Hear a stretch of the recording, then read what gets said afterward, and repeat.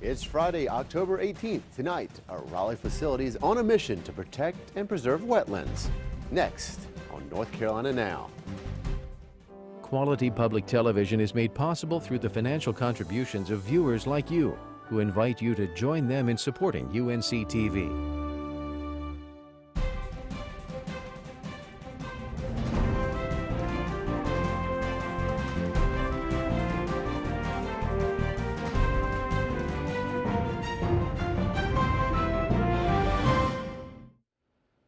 Good evening, I'm Jeff Smith. Thanks for joining us. Tonight on North Carolina Now, we'll look in on the restoration project at the Biltmore Estate.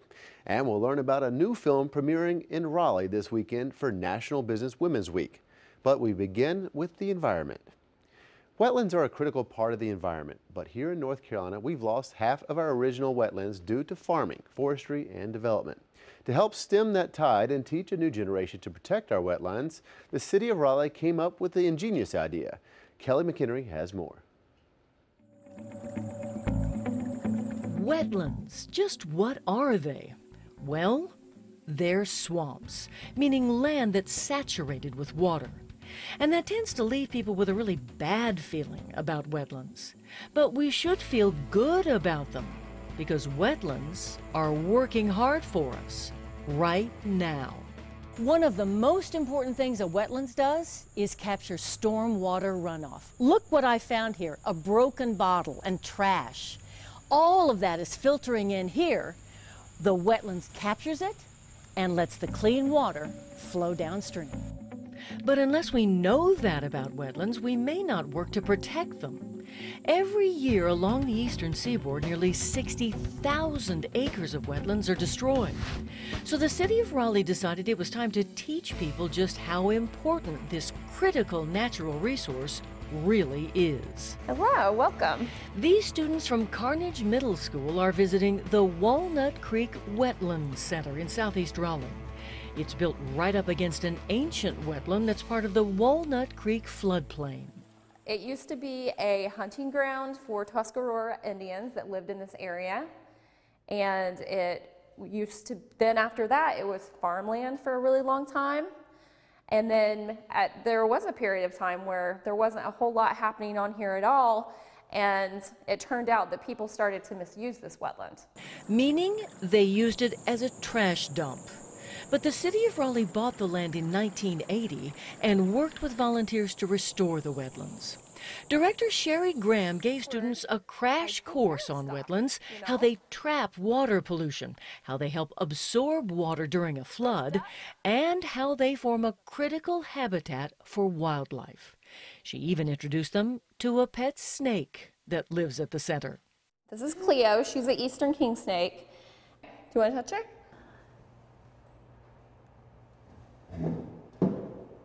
What do you think? It is not slimy. It's not slimy. She's soft.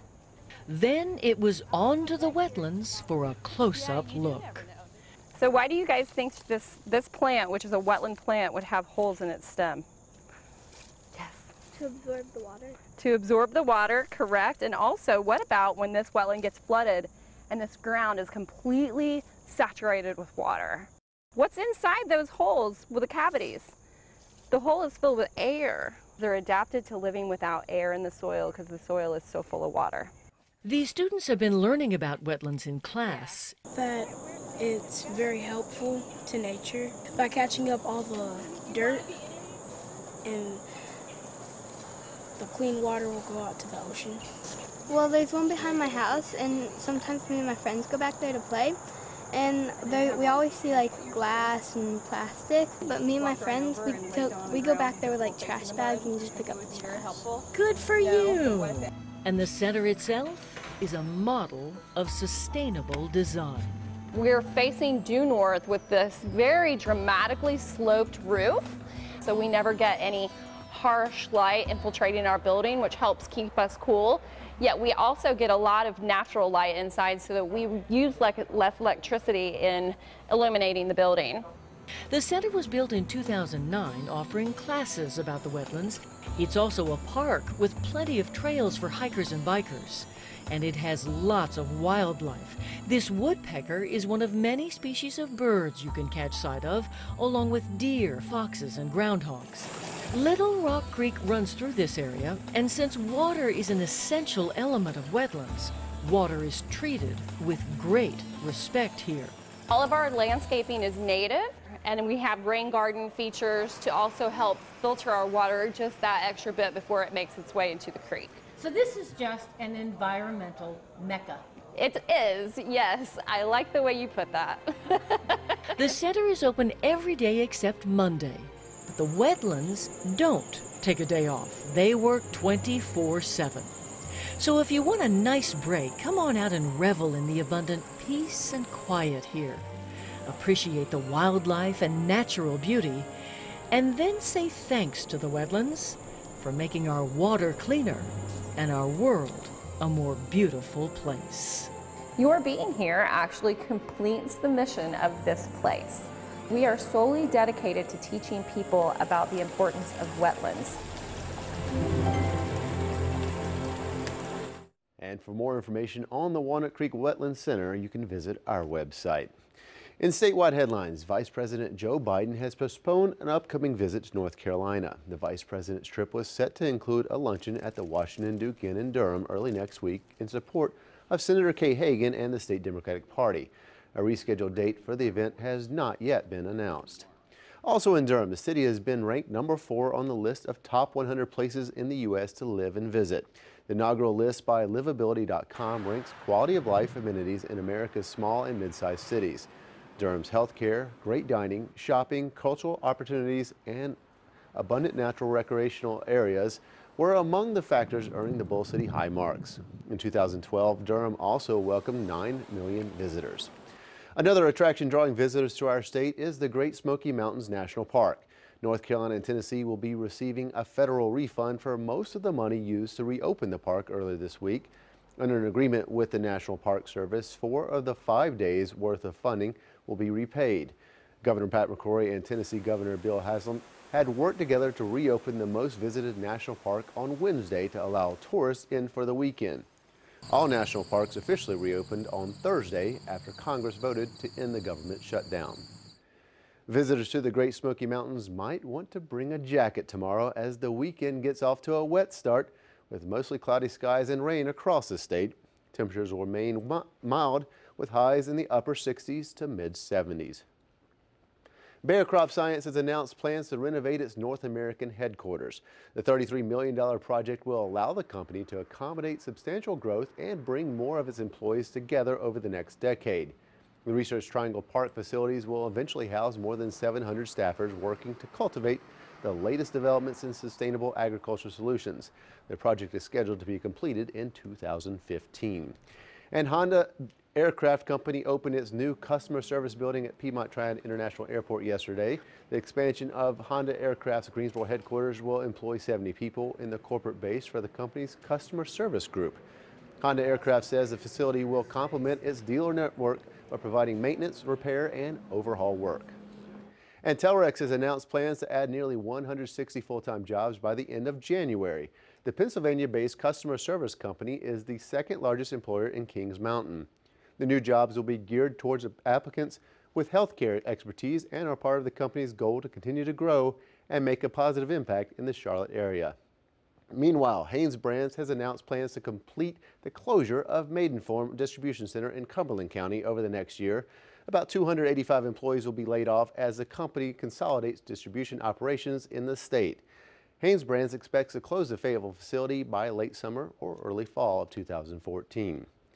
Nucor Corporation announced a 34% increase in its third quarter earnings this week. The company attributes the growth to higher prices and improved sales volume. The Charlotte-based steel manufacturer expects moderately lower earnings in the fourth quarter due to seasonal factors. Investors focus on the global economy and strong earnings from U.S. companies leading the stock market higher today. And now here's a look at the rest of what happened on Wall Street.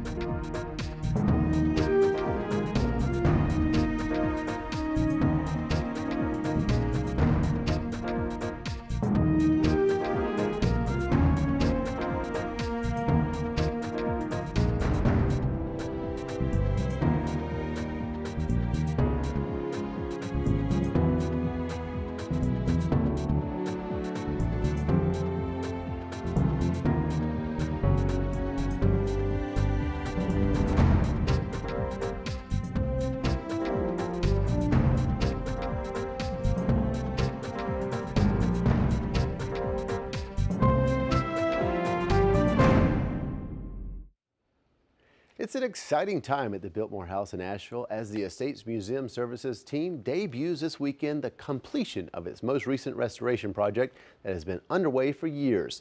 Heather Burgess takes us behind the ropes to show what it takes to return a room back to the way it looked when George Vanderbilt lived at Biltmore. The beauty and intrigue of America's largest home captivates around 1 million visitors each year. But it's the hundreds of people behind the scenes that work diligently to make Biltmore an enduring national treasure. We're thinking about the historic interiors in Biltmore House. We're thinking about how did they look at the time that George and Edith and Cornelia Vanderbilt lived in the house. We go behind some of the closed doors in this 250-room home for a sneak peek at the Biltmore's newest renovation. We're going back to really the drawing board, and we're really piecing all of the clues together, all of the historical clues to give us a sense of what the room, how the room was originally furnished. Chief Curator Darren Papour says this room's renovation is a project 8 years in the making. As we started looking into it, we realized that the room was interpreted incorrectly, and it wasn't really a living area as much for upstairs guests staying in those rooms, but it was more of an extension of the hall. In our research, we found it was really a combination picture gallery and hallway, formal hallway. This is where George would have hung many of his prized pictures, and it really would have been a gathering space. And it also separated the more public spaces from George and Edith's private bedroom area. So it's a special room. Curators and conservators have painstakingly investigated how the second-floor living hall looked when George Vanderbilt opened it in 1895. It's almost like detective work, going back to the beginning. It's a complicated project to figure out what life the room had before. You really have to go back to how the Vanderbilts used the space, what it would have looked like, what it would have been furnished with. Most recently, this space has been used as an exhibition hall, but a photo from the 1950s helped the museum team see how the room originally looked with furniture, gilded sconces, and some very prominent paintings from the Vanderbilt's collection. In the 1890s, George commissioned John Singer Sargent, really America's preeminent portrait painter, to come to Biltmore and paint portraits of his architect, Richard Morris Hunt, and his landscape architect, Frederick Law Olmsted. And these life-size portraits hung in the room that we're refinishing. In our research, we found that 2 doors were not original in their original locations, and in studying the architectural floor plans, and so we've recently returned the doors to their original places. The John Singer Sargent paintings are going to be hanging here on this side. Then the family portrait that's hanging there now temporarily will be moved to this wall, and that's a more modern day. That's a portrait of the family that owns and runs Biltmore today. From paint testing to refinishing the original wood floors, nothing goes unnoticed in Biltmore's forensic approach to detail. It's really exciting, but it's a lot of looking for clues. A lot of my friends call me the forensic decorator, which I think is a pretty funny line.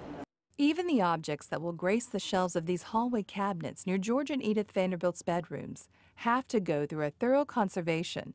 Many of these items the couple purchased on their many trips abroad. This piece here is an ivory card case. The lid actually comes off, and this is after treatment. The ivory gets really very, very dirty. It's a porous surface. It's really, a lot of them are just simple dirt removal, but in some cases there's more intervention that we're having to do, more restoration type work. So we're going into the Chippendale area. Yes, this is one of our storage rooms, so come on in. Collections manager Laura Overbay shows us some of the refurbished furniture that lies in wait. Right now we're storing things that are about to go out on display into the second floor living hall, and you can see right here we have about 4 out of the 7 Medici settees that have been restored. They're called the Medici settees because they, in the velvet, they actually have the Medici crest. They are a group of sofas or settees in the collection that were upholstered with a velvet, a cut velvet, which is the finest fabric you can find in the world. And the team learned that even finding the original color of upholstery fabric can be a huge mystery to uncover.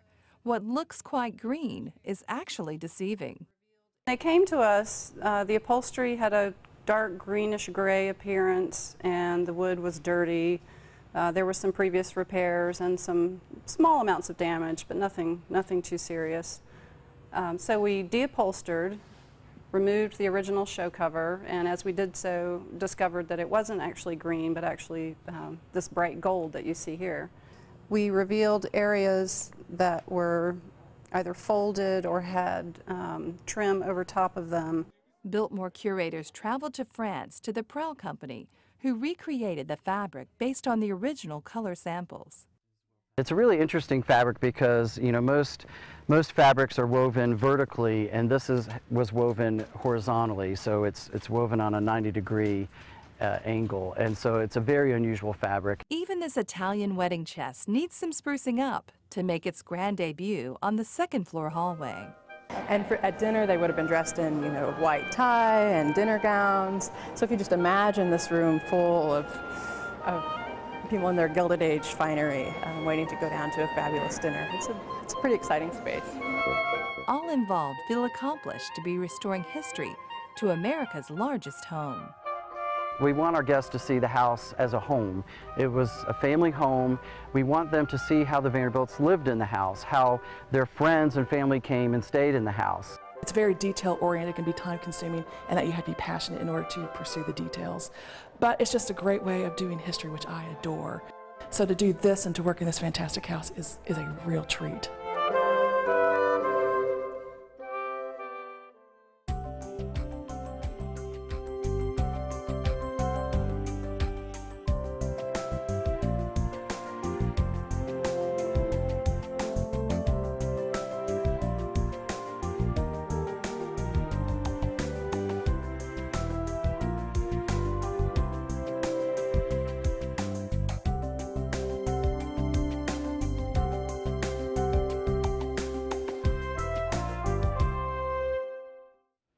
National Business Women's Week kicks off on Monday. We sat down with filmmaker Ashley Maria to talk about her documentary on the history of women in the workplace.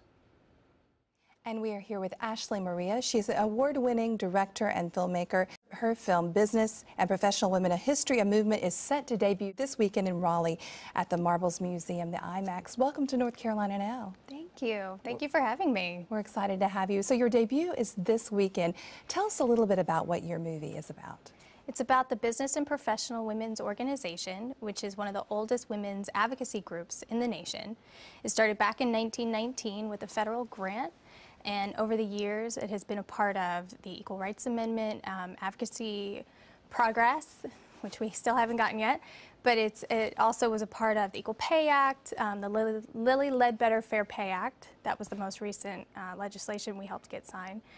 But it follows their entire history, and we also get to meet the members. We did a tea time chat, and we meet members from across the North Carolina state, and across from many generations. One member, 93 years old, traveled the country in the 1950s just so she could meet other like-minded businesswomen like her. Because there's such a progression. You know, we see from, I know that I read somewhere that you said that you feel like women in your generation don't support each other as much as they did in the 60s and the 70s. Mm-hmm. So you meet these women that sort of pioneered and paved the way. What was that like for you? Well, I say that women of my generation don't support each other. I only say that because I don't think they realize what we went through. And so when I was making this documentary, meeting the women who had to, you know, go knocking door to door for the ERA, who read the newspapers that said male jobs, female jobs, I didn't know that was real. That we have all of that in the documentary. I feel like they think we're okay today. I feel like women my age they think we're fine, there's no more progression we need, we're doing okay. And just meeting these women and seeing how they supported each other in the 60s and 70s and 80s, and how they helped get legislation passed for other women like them, I wish we were more like that today. I wish we supported each other, and if we found something was an issue, if there's a problem, I wish that women today would immediately step up and say, okay, that's not right. We need to change it. And that's my goal with this BPW history film, as well as my feature-length documentary, Pioneers in Skirts. Let's talk a little bit. Now, Pioneers in Skirts is sort of, you jumped off from the 20-minute documentary. Yeah. And you actually interviewed so many different women for this. How did you decide who to interview in North Carolina? I knew this was my home, and I wanted to showcase it. I also graduated from UNC Chapel Hill, and our basketball program is amazing, and I wanted Coach Hatchell, Sylvia Hatchell, to be a part of the project. And when the UNC athletic department heard about Pioneers in Skirts, heard my pitch for it, they were hands down excited for it. Of course, Coach Hatchell said yes. She opened her doors. We got to actually film on the basketball court. And so as a UNC student, an alum, I was geeking out big time. Looking at all the signs and everything, I was overwhelmed. And so I said, okay, now I have to talk to her and be cool about it. So we chose her to be in it, and she talked about what it means to be a team player, how women of today, if they look at it as, okay, you need to be a good leader, but you also need to play well, be in a good team. And I really appreciate that portion of what she had to say, and that's going to be in the documentary. As for other women in North Carolina, I am going to use portions of the BPW history film because we got some amazing women in the BPW history film. Tell me about a few of those. We have Judge Joyce Hamilton, who she was the first female assistant district attorney in Wake County. And because she was the first female assistant district attorney, the News and Observer wrote an article about her. And that's how she found BPW. One of the members called her up and asked her to compete in their Young Careers program. And that's how she eventually became a member. We have Dr. Lois Frazier, who was one of the leading professors at the business school at Meredith College. She brought the business school from primarily secretary, the skills of being a secretary, typing, to actual managerial skills, and introduced her students to not only BPW members, but other members, other women in the community who were advancing careers for women, so that they could graduate with an actual skill that would allow them to have a real career that they wanted. And that was Dr. Frazier, and she's the one who's 93, and she'll be at the screening, and I'm so excited for her to see the film in IMAX, 70 feet high. I'm excited. Because a lot of these women are giants. And tell me a little bit about what messages you took away and that our viewers could take away from some of these interviews that you conducted in the documentary. When I was interviewing these women, I was just blown away by how supportive they were. And one thing that they did was they provided mentorship for their members, excuse me. So mentorship for their members. And that's something that I wish we did more of today. It's very difficult to find a mentor because we are all so very busy, and it's hard to get somebody to take time and support you as you're going up in your career. And I think when you watch this film, you're going to realize that women's groups are valuable because you enter that women's group and they're all there for the same goal. It doesn't matter if it's BPW, it can be any other kind. There's women's groups at corporations, there's women groups in many different kinds of community settings, and they all have the same goal. And I think those are the places you need to go if you want a mentor, if you want support, if you want to educate yourself on the issues of women today, or if you just want somebody to talk to who's like-minded like you. You know, it's such a supportive environment.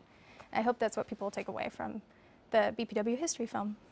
Well, we wish you much success with your debut of your film this weekend. And again, it's Business and Professional Women, a History and Movement, and it's part of National Business Women's Week. Thank you so much, Ashley Marie, filmmaker, for being with us on the show. Thank you for having me. The film Business and Professional Women will have its North American premiere at the IMAX Theater at Marbles Museum in Raleigh this Sunday, October 20th at 2 o'clock. Filmmakers and members of the cast will also participate in a panel discussion following the screening. For more information, you can visit our website. Finally tonight, a major celebration is planned next month for the 95th birthday of the Reverend Billy Graham. The November 7th party in Asheville includes invitees ranging from President Bill Clinton to Donald Trump. The Reverend Dr. Graham will attend, but is not planning to give a speech. The Billy Graham Evangelical Association will also release a new video of Reverend Graham as part of a nationwide religious outreach called My Hope. That's our show for tonight. Thanks for watching. Have a good evening, everyone.